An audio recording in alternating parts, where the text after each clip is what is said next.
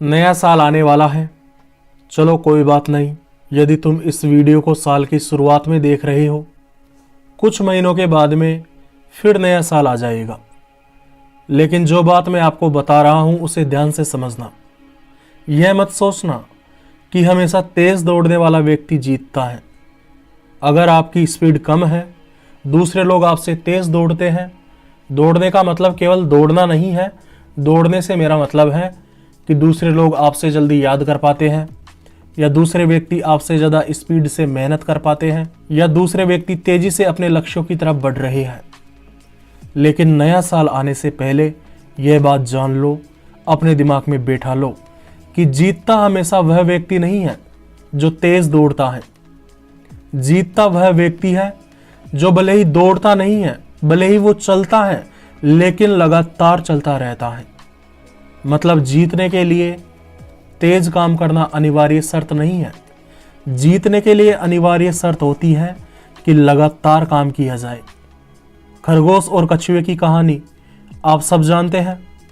मुझे पता है हकीकत में उनका कंपटीशन करा दिया जाए तो खरगोश जीत जाएगा। लेकिन अगर खरगोश उस कहानी की तरह सोचता रहे और कुछ समय तेज दौड़कर आराम से सोता रहे तो 99% गारंटी है कि वह खरगोश आज भी हार जाएगा। निरंतरता में अर्थात कंसिस्टेंसी में बहुत शक्ति होती है, बहुत ताकत होती है।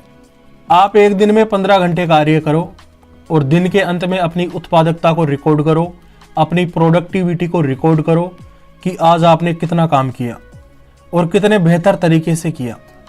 इसके बाद में इन्हीं 15 घंटों को आप रोजाना 3-3 घंटे लगातार 5 दिनों तक करो और अंत में अपनी उत्पादकता को रिकॉर्ड करो, प्रोडक्टिविटी को रिकॉर्ड करो कि आपने इन 15 घंटों में कितना काम किया और कितने बेहतर तरीके से किया। आश्चर्यचकित हो जाओगे भाई साहब कि आपने एक तो 15 घंटे कार्य किया और एक 3 घंटे रोजाना 5 दिनों तक कार्य किया। दोनों ही स्थितियों में आपने 15 घंटे कार्य किया, लेकिन आपने जो कार्य 3 घंटों में बांटकर रोजाना निरंतरता के साथ में किया वह ज़्यादा बेहतर तरीके से आप कर पाए। आप यह अनुभव करेंगे। आप आज 5 घंटे एक्सरसाइज करो और फिर आज के 5 दिन बाद में 5 घंटे एक्सरसाइज और करो, फिर अगले 5 दिनों के बाद में 5 घंटे एक्सरसाइज और करो और अपनी प्रोग्रेस को नोट करो, अपने शरीर में हुए बदलाव को नोट करो। अब आप अगले 15 दिनों तक रोजाना केवल 1 घंटे एक्सरसाइज करो और फिर अपनी प्रोग्रेस को नोट करो, अपने शरीर में हुए बदलाव को नोट करो। आप आश्चर्यचकित रह जाएंगे कि दोनों ही स्थितियों में आपने 15 घंटे एक्सरसाइज की, लेकिन आपने जब 1-1 घंटे लगातार 15 दिनों तक एक्सरसाइज की तो आपको उसका रिजल्ट ज़्यादा बेहतर मिलेगा। और रिजल्ट में कोई छोटा मोटा अंतर नहीं दिखेगा, बल्कि बहुत बड़ा अंतर दिखेगा। दुनिया कुछ नियमों पे काम करती है दोस्त।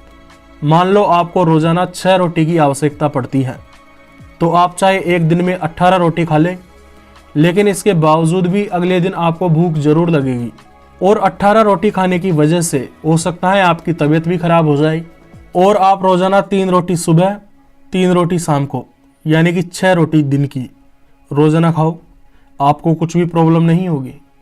तो यह होती है निरंतरता की ताकत।